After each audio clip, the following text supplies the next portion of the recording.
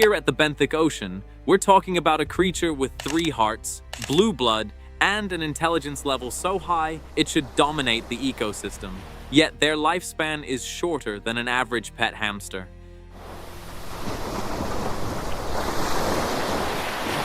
It's as if evolution generated an absolute max-level character build, only to code in a cruel perma-death timer at the last second that wipes the save file before the player leaves the tutorial.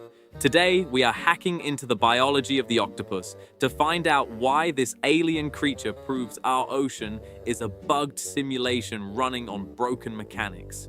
Every animal follows the fundamental rules: one brain to make decisions, blood to carry oxygen, and DNA executing the code.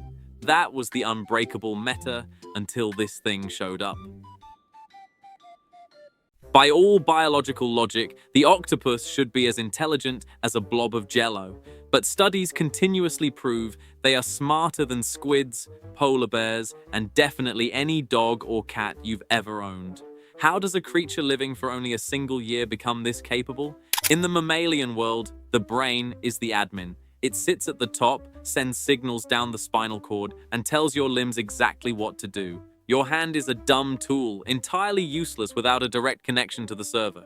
But inside the octopus, the system is completely decentralized. An octopus runs on roughly 500 million neurons. But here is the mind blow. Only 10% of those neurons are located inside the central brain. 30% sit in the optic lobes. A massive 60% of its entire computing power is located directly inside its arms. Each of the 8 arms has its own mini-brain. These independent neural clusters process information, scan the environment, and make complex decisions without ever pinging the main server. It is literally like having 8 separate living beings glued to your body, doing whatever they feel like. The central brain might issue a general command, like move toward that rock, but it does not micromanage. The arms scan the terrain, independently decide which specific suckers to use, and handle the mechanics in local host mode. They think, they taste, they react. Scientists proved this with the autonomous arm experiment. When an arm is severed, it doesn't just go offline. For a short period, that severed arm remains entirely alive. It reacts to physical stimuli. It actively tries to catch food and will even pass that food back toward where the mouth used to be. This is real decentralized intelligence. The arm actively looks for food because that is the core programming coded into the arm itself. This allows the octopus to perform extreme multitasking by literally running 9 different processes at the exact same time. If the arms act independently, it creates a massive, game-breaking problem. How do you know which arm actually belongs to you?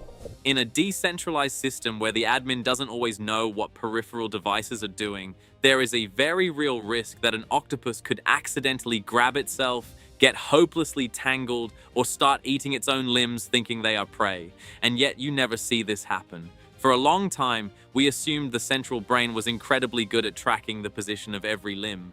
But researchers noticed something strange. Octopuses genuinely do not know where their arms are unless they look directly at them. They lack proprioception, that inherent sense of body position humans use to know exactly where our hands are in pitch-black darkness. This seems like broken game design for an animal with 4 times as many arms as we do. If the central brain doesn't know where the arms are, there has to be a chemical reason they don't stick to themselves. It turns out the solution is a brilliant anti-friendly fire patch written directly into their skin. Octopus skin produces a highly specific chemical acting as a strict shutdown signal for their suckers. The second an arm brushes against its own body, the suckers detect that chemical handshake and instinctively refuse to grip. Researchers tested this by offering octopuses severed octopus arms. Normally, an octopus aggressively grabs anything smelling like protein, but when they touch the severed arm, the suckers completely refuse to work. The chemical handshake was still active, telling the suckers, "This is you, do not eat this." The only way researchers could get the suckers to grab was by physically removing the skin from the severed arm. Without that signal, the suckers treated the limb like normal meat. The intelligence is hardwired directly into the hardware of the skin itself. Every highly intelligent animal is social, so why do octopuses seem so lonely? For years, the official meter was that octopuses were hardcore solo players living in solitary dens. That narrative completely shattered with the discovery of a site scientists dubbed Octopolis. It was a small patch of seafloor where dozens of octopuses lived right on top of each other, using a sunken metal cylinder as a structural exploit to build residences. A second site called Octalantis was found later, built entirely without human garbage. The octopuses learned how to pile up shells to form stable structures.